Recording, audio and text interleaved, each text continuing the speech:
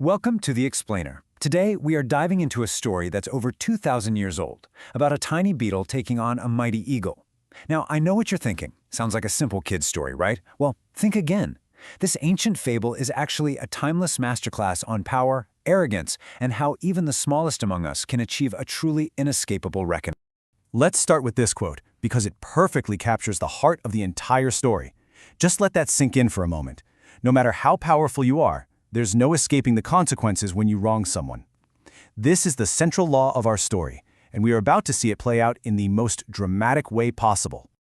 All right, so here's our roadmap. We're going to start with that core idea, the inescapable reckoning.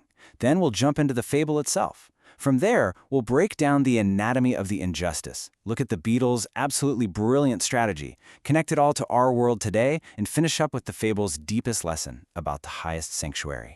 So let's get into it. Everything in this fable really hinges on this one single idea. You just can't outrun what you've done. The wheels of justice might turn slowly, but this story makes the argument that they are absolutely 100% inescapable. Now, this story comes to us from Aesop, but this one is different. It has a fascinating twist. You see, it's one of the only fables where a supreme deity, in this case Zeus, actually shows up as a character in the story. And that right there tells you we're not just talking about some squabble in the animal kingdom. No, we're dealing with ultimate cosmic justice. Okay, let's get right to the story. Meet our main characters. In one corner, you have the mighty eagle, majestic, powerful, the king of the skies. And in the other corner, a humble beetle. Yeah, a little creature from the dirt. Talk about a mismatch, right? But you're about to see this is no ordinary fight. So, picture this. The scene opens with a chase. A terrified hare is running for its life from this eagle. It's desperate, and it finds the most unlikely protector you can imagine, a tiny beetle. But the beetle stands its ground. It invokes the ancient, sacred law of sanctuary and begs the eagle, pleads with her, to spare the hare's life. But the eagle isn't just hungry, she's arrogant. She practically laughs at the beetle, kills the hare right there, and then, and this is the crucial part, she just contemptuously flicks the beetle aside like it's nothing. That right there was her fatal mistake. She didn't just kill an animal for food, she disrespected the very idea of moral law itself. And this is where the story gets absolutely brilliant. The beetle doesn't get mad, it gets strategic. It knows it can't fight the eagle head-on. So the first year, it finds her nest and pushes out every single egg. The next year, the eagle builds her nest higher, trying to outsmart the beetle. It doesn't work. The beetle finds it and destroys the eggs again. Finally, the eagle gets desperate. She flies to what she thinks is the safest place in the entire universe, the lap of Zeus himself. But the beetle follows. It buzzes around Zeus's head, annoying him so much that he stands up to swat it away. And in doing so, the eggs tumble from his lap and shatter. The beetle gets its justice without ever laying a finger on the eagle. Wow, what a story, huh?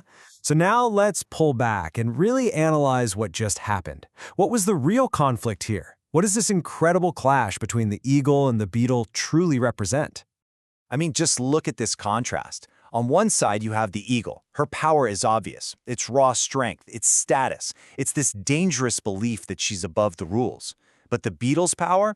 It's completely invisible. It's made of unyielding determination, a long memory, and the moral high ground. This wasn't a battle of strength. It was a battle of wills. And we have to be crystal clear about the real crime here. It wasn't just killing the hare. Eagles hunt, that's what they do. The fatal error, the thing that sealed her fate, was her contempt. Her contempt for the very idea of sanctuary. When she brushed that beetle aside, she was saying, your morals, your authority, they mean nothing to me. And that's what started the clock on her own downfall. So it's easy to look at this and just call it a revenge story. But if you do that, you are missing the genius of it. What the beetle does here is give us a perfect blueprint for how the seemingly powerless, the small axe, can strategically chop down the big tree.